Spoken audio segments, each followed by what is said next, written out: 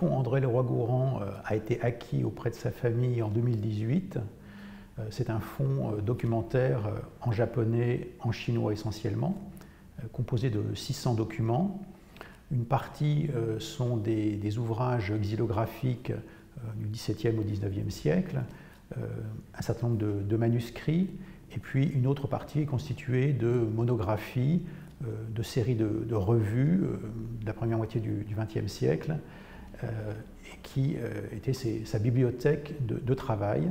Parce qu'on connaît essentiellement Leroi-Gourhan comme préhistorien, professeur au Collège de France, auteur d'ouvrages majeurs sur l'art pariétal, mais on sait moins que son premier terrain a été fait au Japon, précisément entre 1937 et 1939, alors qu'il était encore très jeune, il avait entre 25 et 27 ans, et il a pu conduire un terrain ethnographique pendant 2 ans.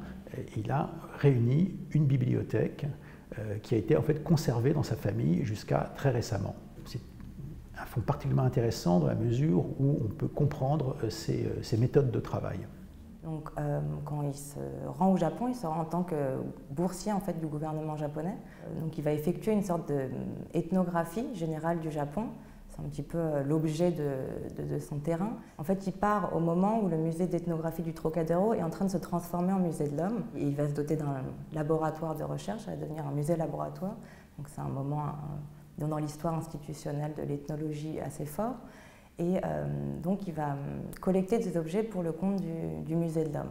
Alors, le fonds, je dirais, est constitué à la fois d'une documentation primaire, donc des ouvrages que Leroi-Gourhan a acquis parce qu'il décrivait des techniques, par exemple, ou des objets, donc des ouvrages anciens du XVIIe, surtout du XVIIIe siècle.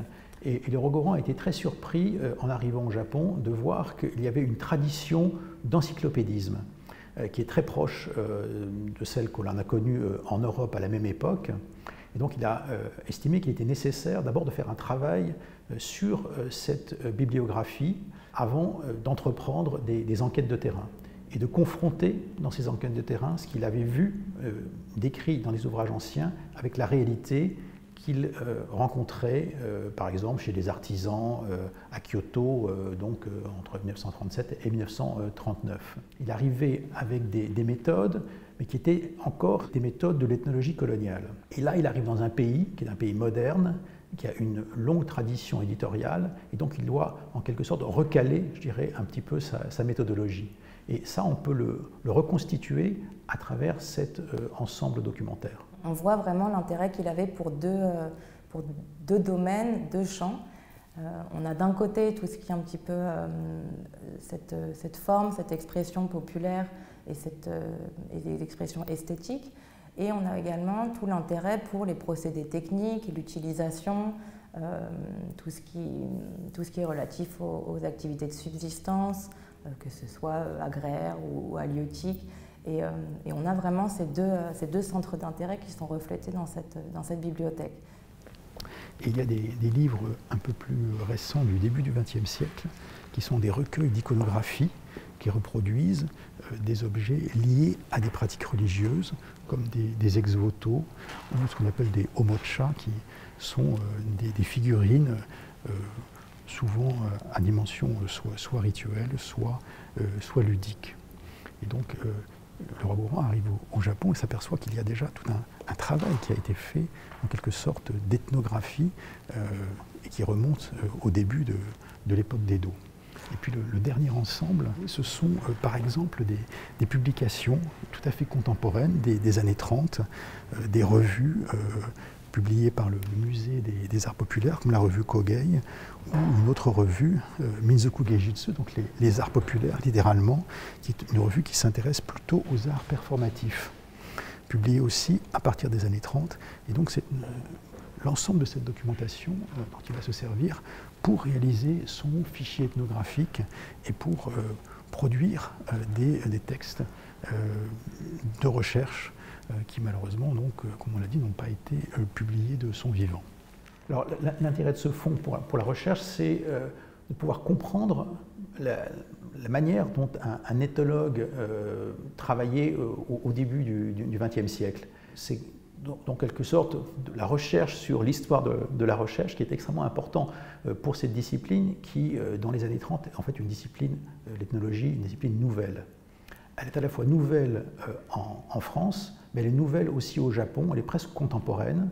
Et donc, à travers cette documentation, on peut comprendre qui sont les acteurs qu'il a rencontrés sur place et l'interaction qui s'est produite avec ces personnes, l'influence que des méthodes qui avaient cours au Japon ont pu avoir sur sa propre perception.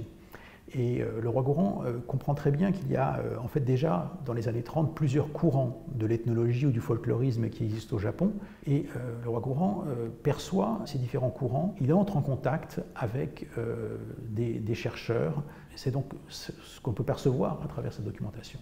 On a par exemple cet ouvrage-là qui est dédicacé, donc là, qui est dédicacé par Murakami Kiyofumi, qui était donc un collaborateur de le roi Gourand, qui l'a aidé en fait à notamment rédiger les notices au moment de l'envoi des collections qu'il avait collectées pour l'exposition qui devait avoir lieu au musée de l'Homme. Et donc là, c'est le nom du collaborateur, et là on va indiquer le roi Gourand. Et ça, c'est des petites, un exemple de petites notices ou de petites notes en fait qu'a laissé le roi Gourand un peu dans pas mal d'ouvrages. Donc on voit Vêtements de bûcheron, parce qu'effectivement c'est un ouvrage en fait qui parle de l'habillement, des vêtements. Je ne sais pas s'il y a des illustrations. Voilà, des vêtements en fait des personnes qui travaillent dans les zones montagneuses. Et là, on a un autre ouvrage, donc cette fois rédigé par Murakami Kiyofumi, et vous avez la dédicace qui est cette fois en français.